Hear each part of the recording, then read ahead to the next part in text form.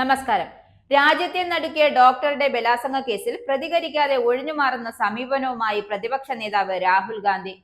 ജോലിക്കിടയിൽ ഒരു പെൺ ജീവിതം വിലയില്ലാതെ ചവിട്ടിയരയ്ക്കപ്പെട്ടിട്ടും അതിനെതിരെ ഒന്നും പ്രതികരിക്കാനുള്ള മനസ്സ് കാണിക്കാത്ത രാഹുൽ ഗാന്ധി എന്ത് പ്രതിപക്ഷ നേതാവാണ്? പ്രതികരിക്കാത്ത പ്രതിപക്ഷ നേതാവ് എന്താണ് ഒഴിഞ്ഞുമാറൽ പ്രവൃത്തി കൊണ്ട് ഉദ്ദേശിക്കുന്നത്?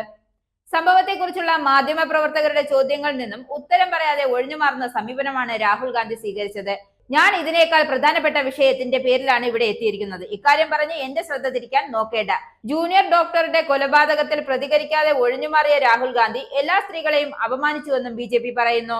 ഉത്തർപ്രദേശിലെ ഹത്രാസിൽ നടന്ന കൂട്ടബലാത്സംഗ കേസിൽ ആദ്യം ഓടിയെത്തിയ നേതാവാണ് രാഹുൽ ഗാന്ധി.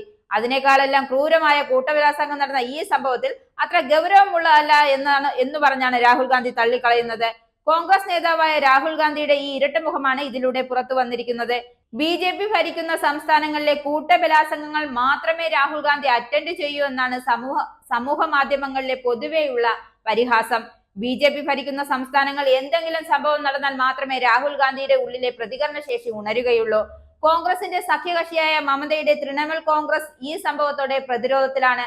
പ്രതികളെ സംരക്ഷിക്കുവാൻ ശ്രമിക്കുന്ന RG കർ മെഡിക്കൽ കോളേജിലെ കൊടും ക്രിമിനലായ മുൻ പ്രിൻസിപ്പൽ സന്ദീപ് ഘോഷിനെ സംരക്ഷിക്കാനുള്ള തത്രപ്പാടിലാണ് മമത. പക്ഷെ ബംഗാളിലാകെ ഉയരുന്ന ഡോക്ടർമാരുടെ സമരത്തിൽ ഏതാണ്ട് പ്രതിച്ഛായ നഷ്ടമായ നിലയിലാണ് മമതാ ബാനർജി.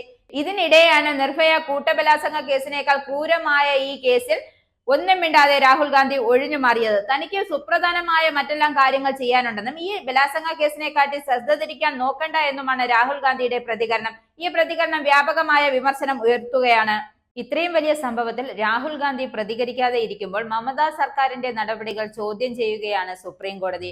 അസ്വാഭാവിക മരണത്തിന് കേസ് രജിസ്റ്റർ ചെയ്യാനും പോസ്റ്റ്മോർട്ടം നടപടികൾ നടത്താനും എന്തുകൊണ്ട് വൈകിയെന്ന് കോടതി ചോദിക്കുന്നുണ്ട്. കേസ് രജിസ്റ്റർ ചെയ്ത കൊൽക്കത്തയിലെ പോലീസ് ഉദ്യോഗസ്ഥനോട് അടുത്ത തവണ വാദം കേൾക്കുമ്പോൾ നേരിട്ട് ഹാജരാകുവാനും കോടതി നിർദ്ദേശിച്ചു. പോസ്റ്റ്മോർട്ടം വൈകിട്ട് 6:10 ആരംഭിച്ച് 7:10 അവസാനിച്ചിരുന്നു. എന്നാൽ അസ്വാഭാവിക മരണത്തിന് കേസെടുത്തത് FIR രജിസ്റ്റർ ചെയ്തതും രാത്രി 11 മണിയോടെയാണ്. അസ്വാഭാവിക മരണമല്ലെങ്കിൽ എന്തിനാണ് പിന്നെ പോസ്റ്റ്മോർട്ടം നടത്തിയതെന്നും കോടതി ചോദിച്ചു. കൊല്ലപ്പെട്ട ഡോക്ടറുടെ മെഡിക്കൽ ഇഞ്ചുറി റിപ്പോർട്ട് ഉണ്ടോ എന്നും കോടതി ആരാഞ്ഞു. ഇത് കേസ് ഡയറിയുടെ ഭാഗമാണെന്ന് ആയിരുന്നു ബംഗാൾ സർക്കാരിന്റെ മറുപടി. സംഭവമുണ്ടായി 5-ാം ദിവസമാണ് CBI കേസ് അന്വേഷണം ഏറ്റെടുക്കുന്നത്. ഏജൻസിക്ക് വേണ്ടി ഹാജരായ തുഷാർ മെത്ത പറഞ്ഞു. അപ്പോഴേക്കും കുറ്റകൃത്യം നടന്ന സ്ഥലത്തെ ക്രൈം സീൻ മൊത്തത്തിൽ മാറിയിരുന്നതായും അദ്ദേഹം ചൂണ്ടിക്കാട്ടി.